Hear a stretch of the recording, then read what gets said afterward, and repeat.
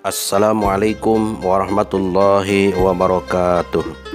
Alhamdulillah wa syukurillah wala haula wala quwata illa billah.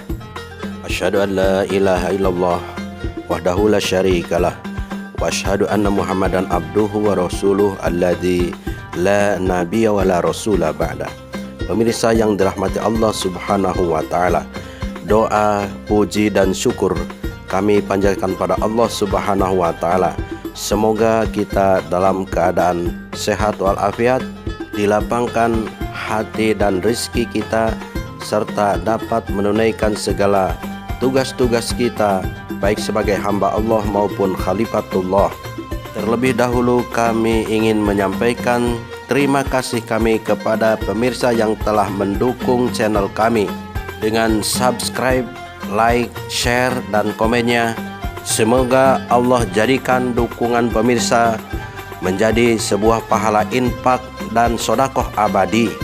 Pada pemirsa yang belum bergabung, marilah kita sama-sama membangun channel peradaban ini demi kemajuan dakwah Islam dan pencerahan umat. Pemirsa yang dirahmati Allah Subhanahu wa taala, adapun pembahasan kita kali ini adalah tentang sabar yang salah. Dalam pelaksanaan perintah sabar ternyata banyak yang salah penerapannya. Prakteknya tidak sesuai dengan yang dikehendaki sebagaimana tersebut pada bagian-bagian terdahulu. Sabar yang salah penerapannya itu antara lain, yang pertama adalah sabar dengan diam terhadap kezaliman. Kesalahan dalam penerapan sabar dalam menghadapi kezaliman menjadikan orang buta tidak dapat membedakan antara apa yang ditanggung deritanya itu kezaliman orang zalim ataukah musibah dari Allah Subhanahu wa taala. Sabar dengan diam terhadap kezaliman dalam Islam dipandang zalim terhadap diri sendiri. Dalam surat An-Nisa ayat 97, Allah Subhanahu wa taala berfirman, A'udzu billahi minasyaitonir rajim. Innal ladzina tuwaffahumul malaikatu zalimi anfusihim qalu fima kuntum qalu kunna mustad'afina fil ard qalu alam takun ardullahi wasi'ah atuhajiru fiha.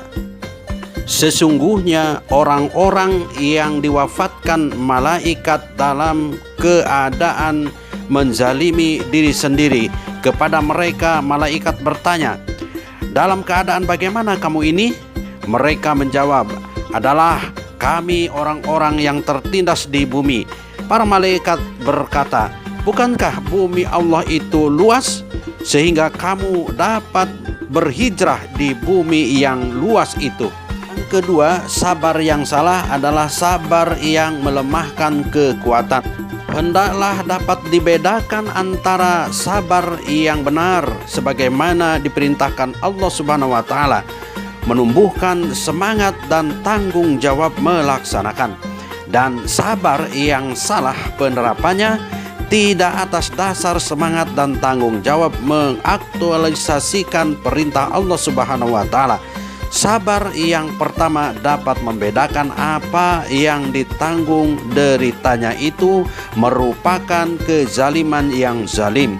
Berbeda dengan apabila ia adalah musibah yang datangnya dari Allah Subhanahu wa taala. Sehingga apabila yang ditanggung musibahnya itu memang musibah yang datangnya dari Allah Subhanahu wa taala, ia akan membangkitkan semangat dan tanggung jawabnya, bermujahadah untuk memperbaiki langkahnya, karena ia sadari bahwa musibah itu terjadi dapat merupakan koreksi yang diberikan Allah Subhanahu wa taala terhadap amal perbuatan yang tidak diridhoi. Dapat pula merupakan kehendak Allah untuk mengampuni dosa-dosanya, sehingga ia pun tak kalah semangat menanggung kesabaran itu dalam rangka mendapatkan ampunan Allah Subhanahu wa taala. Sabar dalam pengertian yang pertama inilah yang menumbuhkan kekuatan untuk bermujahadah atau membangun kemaslahatan di muka bumi. Sabar yang kedua tidak bisa membedakan antara keduanya, sehingga kekuatannya pada pengertian pertama untuk membangun kemaslahatan itu menjadi hilang sama sekali.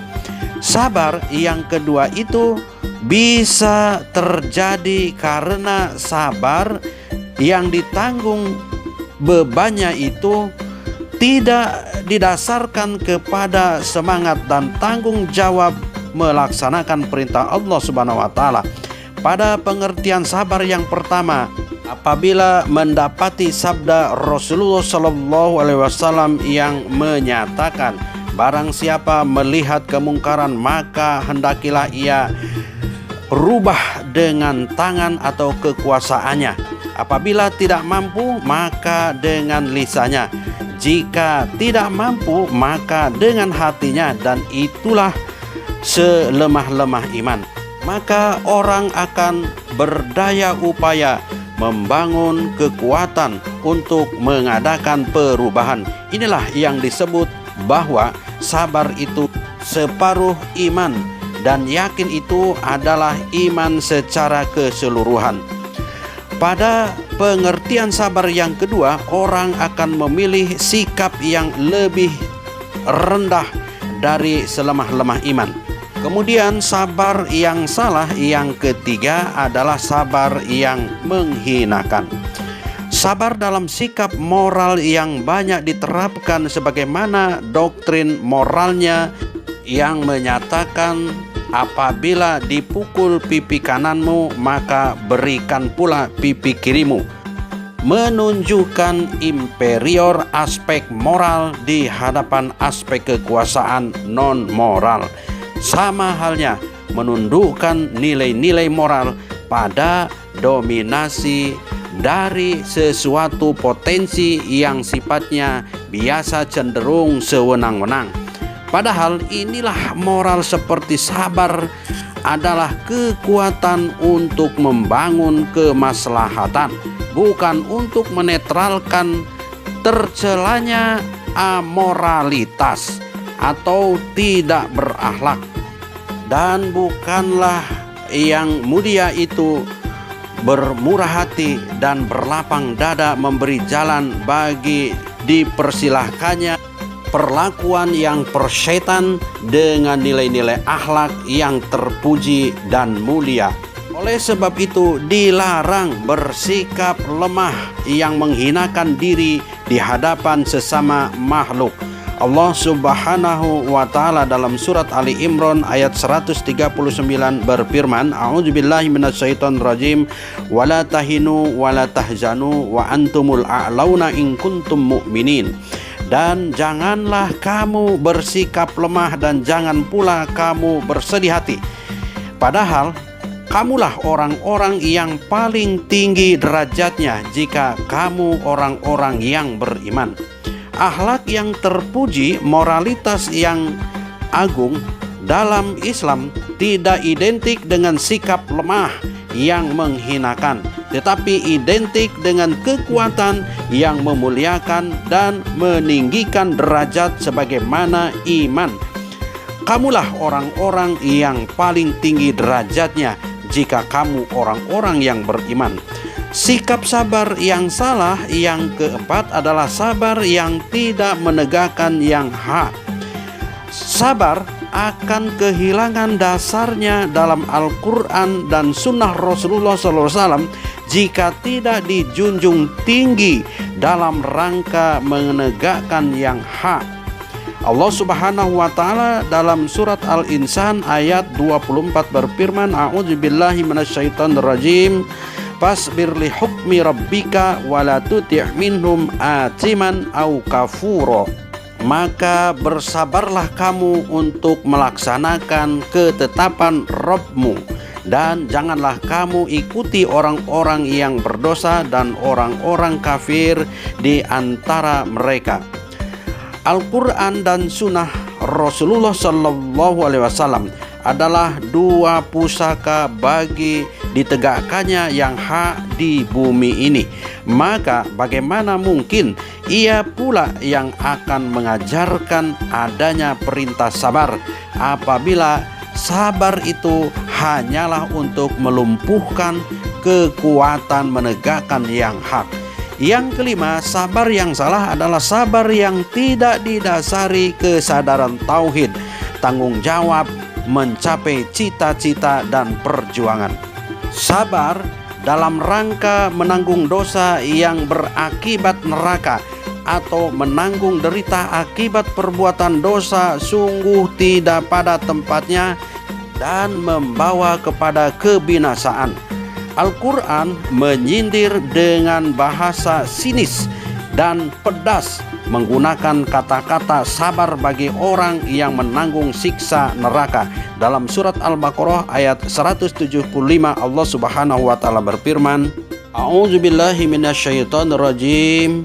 Ulaika alladzina istarawud dhalalata bil huda wal azaba bil maghfirah fama asbarahum 'alan nar.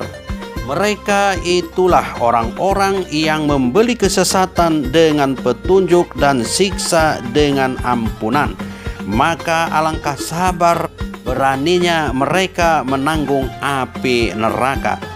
Sabar yang salah diterapkan ini terjadi apabila diambil sikap di luar kerangka yang ide dasarnya disadari bersyahadat la ilaha illallah, yang cita-cita kemenangannya bukan cita-cita yang dicanangkan wahyu Allah Subhanahu wa taala, yang jalan pencapaiannya liar dari jalan yang ditentukannya pula, dan semangat serta kekuatannya tidak digalang untuk kegelanggang bangkit memberi peringatan dan memahabesarkan Allah Subhanahu wa taala sebagaimana diperintahkan dalam surat Al-Mudatsir.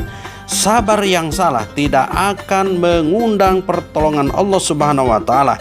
Oleh karena itu, diperintahkan sabar dengan syarat melibatkan yang datang dari Allah dan dapat mengundang pertolongannya. Dalam surat An-Nahl ayat 127 Allah Subhanahu wa taala berfirman yang artinya, bersabarlah hai Muhammad, dan tiadalah kesabaranmu itu melainkan dengan pertolongan Allah. Wallahu a'lamu bissawab. Assalamualaikum warahmatullahi wabarakatuh.